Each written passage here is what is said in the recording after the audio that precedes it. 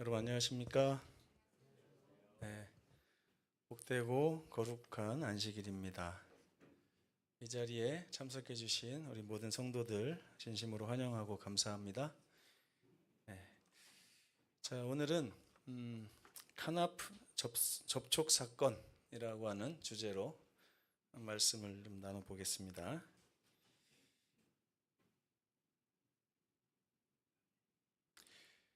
말라기 4장 1절에서 2절에 있는 말씀을 함께 읽겠습니다. 시작. 만군의 여호와가 이르노라.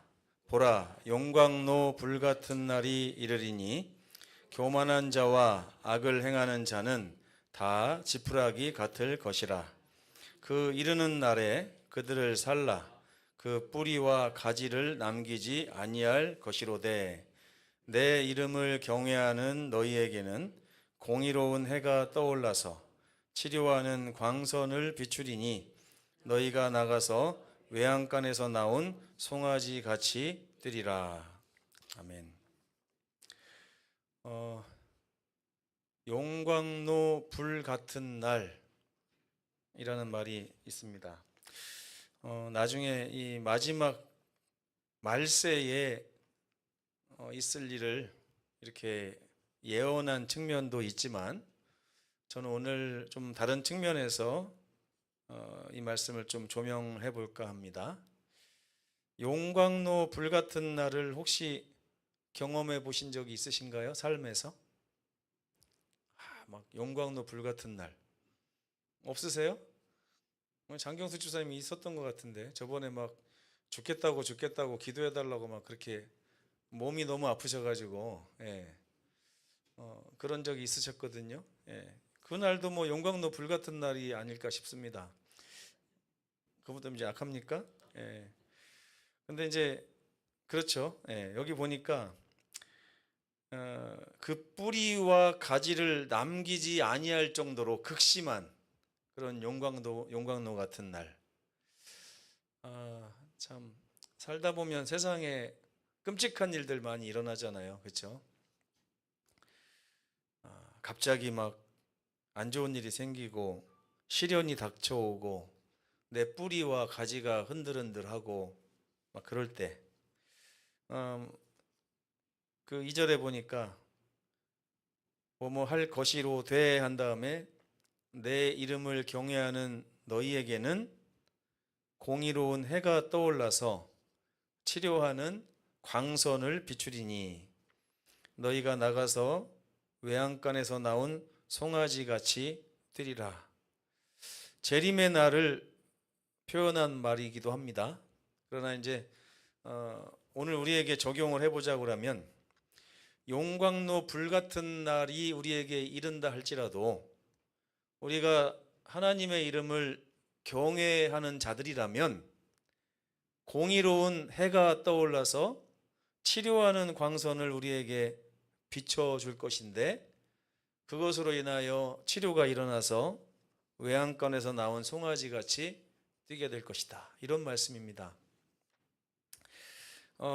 홍수의 기별 아시죠, 여러분? 말라기 4장은 제2의 홍수의 기별이라 할 수도 있겠습니다. 하지만 여러분, 홍수의 기별은요 항상 방주의 기별을 동반하고 있습니다. 그걸 아십니까? 우리가 전하는 세천사의 기별도 사실은 방주의 기별이에요. 이 세상을 이제 불로 멸망시킬 예수님의 재림의 날이 다가오고 있는 이때에 그 멸망의 기별만 주어진 것이 아니라 세천사의 기별이라고 하는 또 다른 방주의 기별이 전해지고 동반되고 있는 것입니다. 말라기 기별의 핵심이 뭘까요? 그러면 이렇게 정의를 내릴 수 있겠습니다. 하나님의 백성들은 용광로 불 같은 날을 만날 수도 있지만 하나님의 치료의 능력 아래 있게 될 것이다. 이런 기별입니다. 얼마나 이게 마음을 따뜻하게 하고 안심하게 하는 기별인지 모릅니다. 지금 혹시 용광로 불같은 날을 경험하고 있는 우리 성도들이 있다면 따뜻한 방주의 기별에 귀를 기울여 보시기를 권합니다. 말라기 4장 2절, 히브리 성경으로는 이게 말라기 3장 20절이더라고요. 절이 좀 다른데 말라기 4장 2절을 보니까 내 이름을 경외하는 너희에게는 너희가 아무리 용광로 불같은 날을 만나고 있다 할지라도 그런 날이 너희를 뿌리와 가지를 살라 삼키게 할 수도 있다고 하는 그런 아주 극심한 두려움 가운데 있다 할지라도 공의로운 해가 떠올라서 이 해를 통해서 치료하는 광선을 비추리라. 근데 우리나라 말로는 치료하는 광선, 왜냐하면 햇빛이기 때문에 광선이라고 표현을 했지만 히브리어 원어로 보면 이 광선이 아니라 날개라고 표현을 해놨습니다. 날개. 히브리 사람들은 이 태양이 있고 태양으로부터 나오는 이 빛을 태양의 날개라고 이렇게 은유적으로 많이 표현을 했던 것 같아요.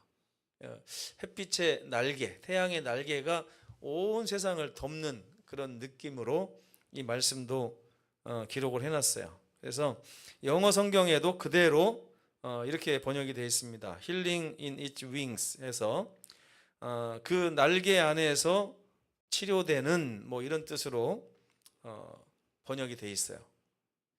그래서 여기서 날개로 번역된 이 말이 이 윙스라고 하는 말의 히브리 원어가 카나프예요. 카나프.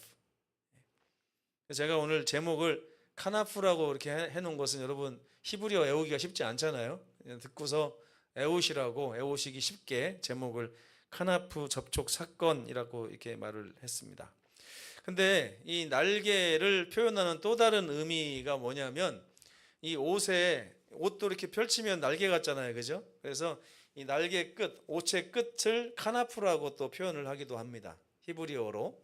그래서 햇볕이 되기도 하고 새의 날개가 되기도 하고 사람의 옷의 끝 가장자리, 옷깃이라고 표현할 수 있겠죠. 여러분 옷깃 할 때 기자도 날개를 표현하는 거 아시죠? 좀 통하는 게 있어요. 옷의 날개라고 이렇게 표현하는데 이것을 카나프라고 합니다. 카나프, 옷의 가장자리. 신약 성경에서 오늘 우리가 살펴볼 이 일은 카나프 접촉 사건을 한번 살펴보려고 합니다. 마태복음 9장에 보면 12해를 혈루증으로 고생하던 여인이 있습니다. 이 혈루증에 대해서 저는 정확하게 현대어로 뭐라고 하는지 잘 모르겠어요. 뭐 몇 번 들어보긴 했는데 이 병의 증상이 어떤지를 잘 모르겠습니다. 계속 뭐 하혈을 하는 병인지 뭐 아무튼 피가 계속 이렇게 누설된다고 해야 되나요? 누출된다고 해야 되나? 아무튼 흘러나오는 그런 병인 것 같아요. 12년 동안. 근데 저는 이게 12년이 이렇게 그렇게 오랜 기간인가? 라고 하는 생각을 해보다가도요. 제가 요즘에 허리가 아파가지고 한 2년째 고생을 하고 있는데 2년이 굉장히 길어요, 여러분. 아픈 사람한테는 엄청 깁니다. 계속 신경 써야 되고 계속 아프고 사람 구실 잘 못해요, 보니까. 근데 이 여인은 이 허리 아픈 거보다 비교할 수 없을 정도로 심한 이 질병인 것 같은데 얼마나 고생이 심했으면 안 찾아다녀 본 데가 없는 것 같아요. 근데 12년 동안 이 병을 치료하기 위해서 안 가본 데가 없을 정도로 고생하던 그 여인이 어느 날 예수님이 그 마을을 지나간다는 소식을 듣고 예수님 뒤로 몰래 가가지고 예수님의 옷자락을 만졌다는 거예요. 모르겠어요. 저는 제가 지나갈 때 제 뒤에 옷자락을 이렇게 만져도 잘 모르겠더라고요. 근데 예수님은 눈치를 채셨어요. 누가 내 옷자락을 만졌느냐. 근데 사실 이 여인이 예수님의 옷자락을 만진 이유는요. 9장 21절에 보면 제 마음에 그 겉옷만 살짝 만져도 구원을 받겠다 함이라. 여러분 우리가 성경에 나오는 아주 대단한 믿음들을 성경을 읽을 때 보면 아무 느낌 없이 지나칠 때가 있습니다. 저희 형이 17살 때부터 아파가지고 뭐 지금까지 아프긴 한데, 이 오랜 세월을 병원을 다니고 병의 치료를 위해서 애쓰던 사람들의 나중에 특징이 있습니다. 뭐냐면 질병에 대해서 박사가 돼요. 그리고 자기가 의사보다 더 잘 알아요. 안 가본 데도 없고, 이 의사 저 의사를 만나다 보니까 모든 의사들의 이야기를 다 종합해가지고 자기만의 그 개똥 철학이 딱 생깁니다. 그렇게 철학이 생기고 나면요, 그 다음부터 아무리 좋다고 하는 약이 있어도 안 먹어요. 아무리 훌륭하다고 하는 의사가 있다고 해도 병원에 안 갑니다. 병원에 실망을 한두 번 한 것도 아니고, 약 먹고 실망하기를 한두 번 한 것도 아니고, 그 다음에 어떤 뭐 좋은 의료기기가 있다고 해도 이제는 살 생각을 안 합니다. 예전에 저희 집에 가면 뭐 몇백만 원짜리 기기들이 그냥 계속 침대도 있었고, 뭐 온열 치료기부터 해야죠. 없었던 게 없었어요. 근데 그 많은 것을 경험하고 나니까 마지막 결론이 뭐냐면 불신이 쌓이는 거예요. 불신. 근데 여러분, 이 여인이 12년을 그렇게 살았잖아요. 이 세상에서 이것도 해보고 저것도 해보고 저것도 해보고. 제가 가끔 힘들다고 하는 우리 성도들을 만날 때마다 예수님께 기도하십시오, 제가 기도해 드리겠습니다, 그러면 잘 안 믿어요. 기도해도 자기의 그 어려움이 풀어지지 않을 거라고 하는 이렇게 불신이 있습니다. 심지어 가끔 저는 우리 집사람도 저한테 그런 얘기를 해요. 아무리 목사지만 아픈 사람한테 가서 그런 얘기 하지 말래요. 위로가 안 된답니다. 근데 저는 목사로서 그런 성도를 위로할 수 있는 유일한 방법이 이거밖에 없거든요. 근데 아픈 사람한테는 그 마음을 헤아려주고 그 마음을 이해해주고 이런 게 먼저지, 가서 하나님 말씀대로 기도하십시오, 이게 무슨 도움이 되겠냐 이렇게 말을 할 때마다 어떨 때 보면 이해가 되기도 하면서, 어떨 때 보면 우리의 예수님을 믿는 우리들의 신앙이 이거밖에 안 되는구나.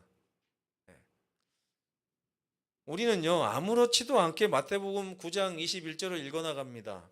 이는 제 마음에 그 겉옷만 만져도 구원을 받겠다는 믿음이 있기 때문이라 하는 이 여인의 믿음에 대해서 우리는 너무나 쉽게 읽어 넘어가는 거예요. 실제로 그 믿음을 막상 행사해 본 적도 없으면서 그 믿음이 얼마나 위대한 믿음인지에 대해서 별로 생각이 없다 이겁니다. 근데 여러분, 이게 얼마나 대단한 겁니까?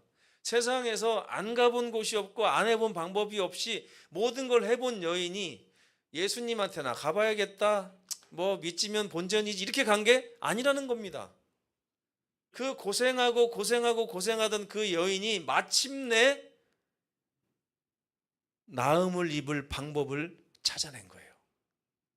어느 정도로 그 방법에 대해서 신뢰가 있었냐면, 그분이 굳이 입으로 하지 않아도, 내가 너를 치료하노라 이렇게 하지 않아도, 그 앞에 서서 네가 낫기를 원하느냐 하지 않아도, 뒤에 가서 몰래 그분의 옷자락에만 손만 살짝 대면 내가 나음을 입기에는 충분하다. 왜? 예수님의 능력은 무한하시기 때문에. 그 무한하신 능력에 아주 손톱만큼의 능력만 있어도 12년 동안 내가 걱정하고 고생하던 이 질병쯤은 얼마든지 해결할 수 있다. 대단합니까? 네. 어떤 사람은요, 심지어 예수님께 와서 이렇게 말했어요. 할 수 있으시거든. 그 사람하고 예수님 앞에 서지도 않고 뒤에 가서 옷자락만 살짝만 터치해도 그 예수님의 능력의 10만 분의 1만 나에게 온다 해도 12년 동안 걱정하고 고생하던 이 질병쯤은 아무것도 아닐 정도로 치료될 것이다 라는 믿음. 이 믿음 필요합니까? 안 합니까? 장경수 집사님 어떻게 생각하세요? 이 믿음. 집사님 맨날 아프다고 하고 다 됐다고 하고 그때에 하나님의 이 치료하는 의로운 태양이 떠올라서 그 빛에서 나오는 그 광선이라고 하는 날개, 또 날개라고 하는 그 옷깃, 그 옷깃의 일부분에 내가 노출되기만 해도 이 세상에서 정말 불치병이라고 하는 모든 질병 정도는 아무것도 아닐 정도로 낫겠다 하는 그 엄청난 믿음이 이 여인을 살린 거예요. 여러분, 2025년에는 이런 여인의 믿음이 필요 없는 시대입니까? 말도 안 돼요? 이게 현실로 일어날 가능성이 없습니까? 그렇다면 우리는 교회 다닐 필요가 없죠. 저는 이 마태복음 9장 21절에서 너무 많은 감동을 받았습니다. 이 여인도 알았어요. 이 병이 현찮은 병이 아니라 불치병이라고요. 세상 어딜 가도 치료하겠다는 사람이 없었잖아요. 치료됐다고 하는 사람도 없었어요. 그러다 보니까 나는 이제 속절없이 그렇게 살다가 죽을 수밖에 없는 그런 운명을 받아들이고 있었다는 것입니다. 그때 하늘에서 내려온 선생님, 예수님의 능력에 대한 소식을 듣고 이 여인은 그 예수님의 능력의 크기에 압도당했어요. 야, 내 병 정도는 주님의 능력에 의하면 아무것도 아니겠구나. 그렇게 생각했고 믿은 대로 행동했습니다. 여러분, 믿음대로 행동하는 건 정말 중요해요. 예전에 그 순복음교회 조용기 목사님이 뭐 시합니까? 뭐 이렇게 발음을 많이 해가지고 설교를 했는데 사람들이 다 믿는다고 아멘 아멘 했는데 그 중에 얼마나 이 여인의 믿음같이 자기가 믿은 대로 행동에 옮겼는지 모르겠습니다. 죄인들은 예수께서 주시는 능력을 통해서만 비로소 나음을 입을 수 있습니다. 누가복음 8장 44절에 이렇게 말하고 있습니다. 아무에게도 고침을 받지 못하던 여자가 예수의 뒤로 와서 그의 옷가에 믿음을 가지고 그 겉옷만 만져도 구원을 받겠다라는 믿음을 가지고 그 옷에 손을 대니 혈루증이 그 12년 동안 자기를 괴롭혔던 그 엄청난 혈루증이 즉시로 그쳤더라. 옛날 얘기입니까, 여러분? 옛날 얘기예요? 옛날 얘기 맞습니다. 제가 요즘에 이런 믿음을 본 적이 없어가지고요. 제가 이 말씀을 읽어도 자꾸 옛날 얘기처럼 들려요. 저희 형도 요양원을 이곳저곳 안 가본 데가 없습니다. 우리 교단에서 운영하는 요양원에 가면 말씀을 가르쳐요. 그래가지고 믿음으로 주님께 의지하면 주님께서 치료해 주십니다 라고 하는 말씀을 가르쳐요. 대부분의 또 많은 분들은 기적적으로 그 믿음이라는 것을 행사해서 치료를 받기도 합니다. 그러나 제가 그 즉시로 치유되는 건 한 번도 본 적이 없어요. 근데 이 여인은요, 즉시로. 제가 우리 형한테도 누누이 이런 성경을 이야기해 주면서 하나님의 능력이 이 세상의 불치병을 다 치료할 수 있다. 이 질병이 우리에게 온 것은 하나님께 더욱더 가까이 오라고 하는 초청이 될 수도 있으니 하나님을 믿는 믿음으로 주님께 기도해 보면 어떻겠냐. 내가 뭐 기도를 안 해봤냐? 참 슬프더라고요. 이미 예수님을 믿는다고 하지만 예수께서 자신의 이 질병을 이 즉시로 치료할 수 있다고 하는 그 능력에 대해서는 확신이 없어요. 그러나 이 여인은요, 여기서는 별거 아닌 믿음으로 그냥 쑥 지나가지만 저는 이 여인의 믿음이 자기의 12년간의 혈루증을 즉시로 그치게 할 정도로 위대한 믿음이었다고 하는 생각을 지울 수가 없습니다. 야, 얼마나 대단한 믿음이었길래 예수께서 그 옷에서 기운이 빠져나가는 것을 느끼실 정도, 그죠? 누가 나의 옷에 손을 대었느냐? 내 능력이 빠져나간 것을 내가 느꼈다. 그러자 그 여인이 두렵고 떨리는 마음으로 예수님 앞에 와서 제가 그랬습니다. 네가 왜 그랬느냐? 주님의 옷깃만 가지고도 제 질병이 나을 걸 확신해서 주님의 옷을 만졌습니다. 예수님이 너무 칭찬 많이 하셨죠. 이 여인의 믿음을 내가 본 적이 없다, 이렇게도 말씀하셨고, 여러분, 우리 삶에 불과 같은 용광로 같은 날이 누구에게나 찾아올 수 있습니다.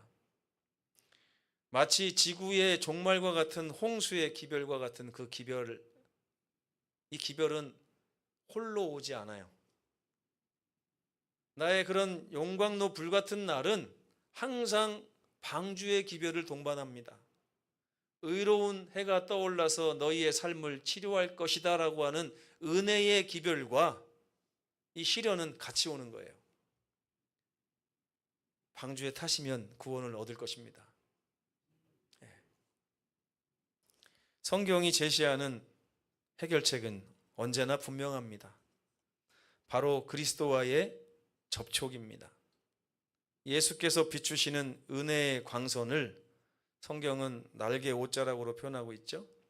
그 옷자락을 믿음으로 만지면 의의 태양광에 믿음으로 노출이 되게 돼요. 하나님께로부터 오는 능력의 광선에 나를 노출시키기만 하면 치료가 일어난다는 거예요. 그것이 몸의 치료든 마음의 치료든 정신적인 치료든 아니면 삶의 어떤 역경이든지 간에 하늘로부터 오는 능력의 광선에 나를 노출시키기만 하면 치료가 일어나는 것입니다.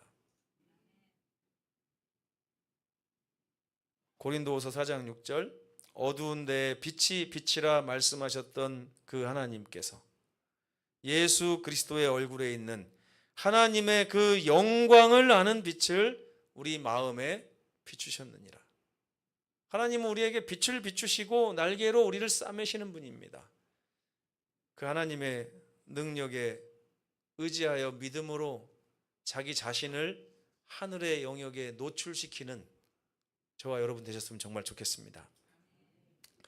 이렇게 설교를 해도요, 설교 마치고 나면 그래도 내 병은 못 낫고 내 병은 내가 잘 알아. 지금 나의 삶의 역경은 내가 해결해야 돼. 지금 내 마음의 병 고쳐질 수 없어. 성경의 말씀을 의지하시기 바랍니다. 하나님께서 분명히 약속하셨습니다. 홍수가 올 때 방주도 보낼 것이다. 예수님을 통해 주어지는 하늘의 은혜의 능력이 있습니다. 이 능력에 자기 자신을 자꾸 노출시켜야 돼요. 기도를 통해서 그렇게 하든 말씀을 통해서 그렇게 하든 아니면 통회하는 마음으로 예수님 앞에 서서 예수님, 제가 예수님에게서 오는 광선에 저 자신을 노출시키겠습니다. 저를 치료해 주십시오 라고 하는 그런 믿음이 필요합니다. 그렇게 되면 이 세상의 모든 질병은 병원에서 의사가 치료하는 것보다 훨씬 더 완전하게 치료가 되고 위기는 극복이 됩니다. 왜냐하면 하나님이 여러분을 사랑하시기 때문입니다. 믿음을 가지고 주님을 쳐다보시기 바랍니다. 그분께 아뢰고 그분의 능력의 옷자락을 만지며 하늘의 능력에 내 자신을 자꾸만 접촉시키게 되기를 바랍니다. 하나님의 능력이 여러분의 삶을, 여러분의 건강을, 여러분의 마음, 여러분의 상처를 싸매시고 고치실 것입니다. 이것이 바로 이 여인이 성경에 기록된 이유입니다. 이 여인의 믿음을 통하여 하나님께서 우리 모두를 고치시겠다고 하는 그 언약이 이 사건에 들어 있습니다. 여러분의 삶에 치료가 일어나게 되길 간절히 바라면서 말씀을 마치겠습니다.